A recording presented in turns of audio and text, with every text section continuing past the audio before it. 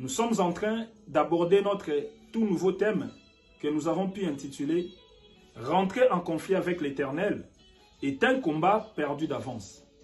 Oui, mon frère, si nous prenons la Bible au livre de Job, chapitre 1er et dans tous les versets, nous allons comprendre que un jour Satan, le diable, s'était présenté auprès de l'Éternel pour obtenir l'autorisation afin de détruire Job ainsi que tout ce qui lui appartenait. Et l'Éternel va le lui permettre, mais en deux différentes étapes. Et premièrement, la Bible nous dit ceci. Satan ira, il va détruire en un jour. Les 10 enfants de Job vont périr en un jour. Parce que Job avait 7 garçons et 3 filles, ils vont tous mourir en un jour.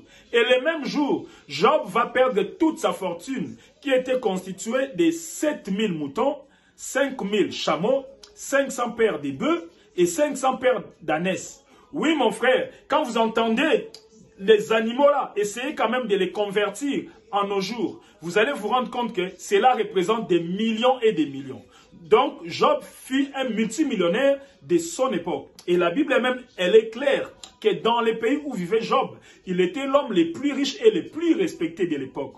Vous voyez, mon frère, imaginez, vous perdez tout ça en un jour. Ce n'est pas un pari facile. Ce n'est pas un pari facile. Mais la Bible nous dira ceci, malgré cela, Job va dire au Seigneur, le Seigneur, tu es le maître des circonstances et des temps.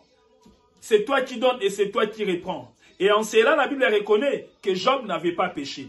Et la Bible nous dira ceci, tellement le diable cherche toujours notre malheur à nous, il ira encore voir l'Éternel pour obtenir à nouveau l'autorisation d'en découdre avec Job une fois pour toutes.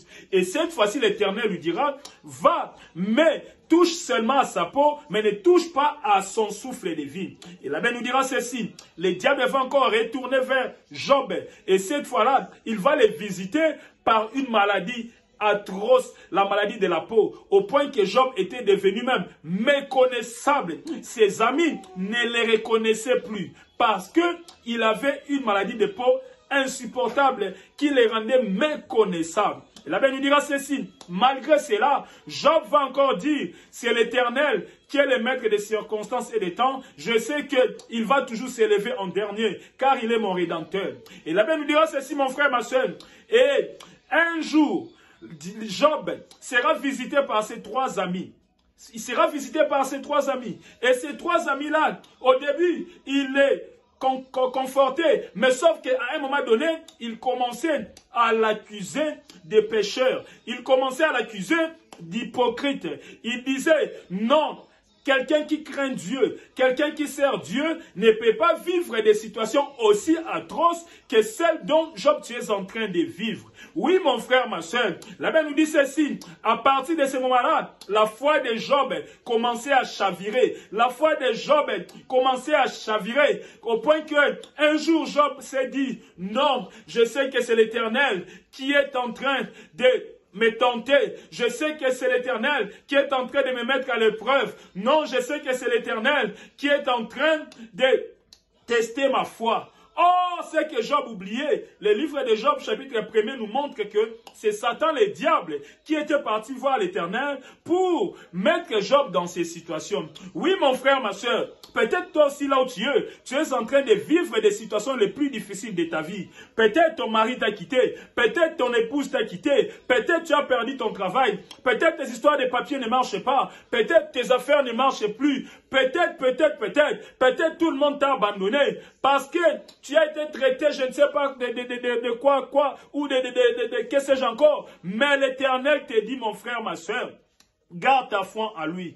Garde ta foi en lui. Car la Bible nous dit au livre des Lamentations, chapitre 3, verset 37, qui dira qu'une chose arrive sans que l'Éternel l'ait ordonné? Oui, mon frère, ma soeur, autrement dit, aucune chose ne peut venir dans la vie de l'homme bonne ou mauvaise, sans que l'Éternel en soit au courant et sans que l'Éternel le permette, mon frère, ma soeur. Voilà pourquoi, pour attenter à la vie de Job, Satan était obligé d'aller voir l'Éternel pour obtenir l'autorisation. Mais la bonne nouvelle de ce soir, mon frère, ma soeur, tu es l'homme le plus heureux. Tu es la femme la plus heureuse. Toi qui es en train de traverser les moments les plus difficiles de ta vie. Rassure-toi que ta bénédiction, ta délivrance est tellement si proche que toi-même tu es en train de l'ignorer. Car Job, en un jour, il avait perdu 10 enfants, 7000 moutons, 3000 chameaux, 500 paires de bœufs et 500 paires d'ânesses. Mais la Bible nous dit, si vous lisez la suite de Job,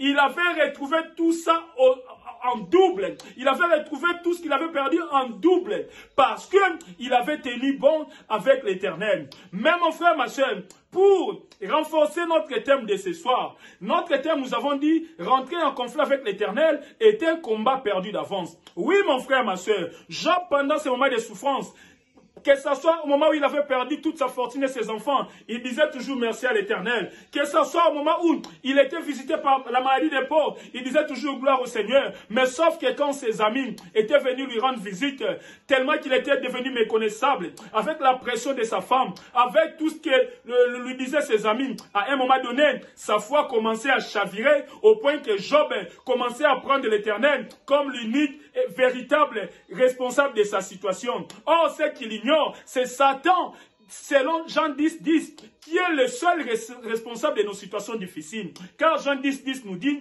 le diable ne vient que pour voler, détruire et égorger, mais l'Éternel vient pour donner la vie et la donner en abondance. Oui, mon frère, ma soeur, peut-être là aussi tu es en train de condamner l'Éternel à cause de toutes les situations difficiles que tu es en train de vivre. Mon frère, le message de ce soir, l'Éternel te dit, il ne faut jamais rentrer en conflit avec lui, car condamner l'Éternel, c'est rentrer en conflit avec l'Éternel en quelque sorte. D'où, mon frère, ma soeur, personne ne peut rentrer en conflit avec l'Éternel et en sortir victorieux. Voilà pourquoi l'Éternel te dit, quelles que soient les situations difficiles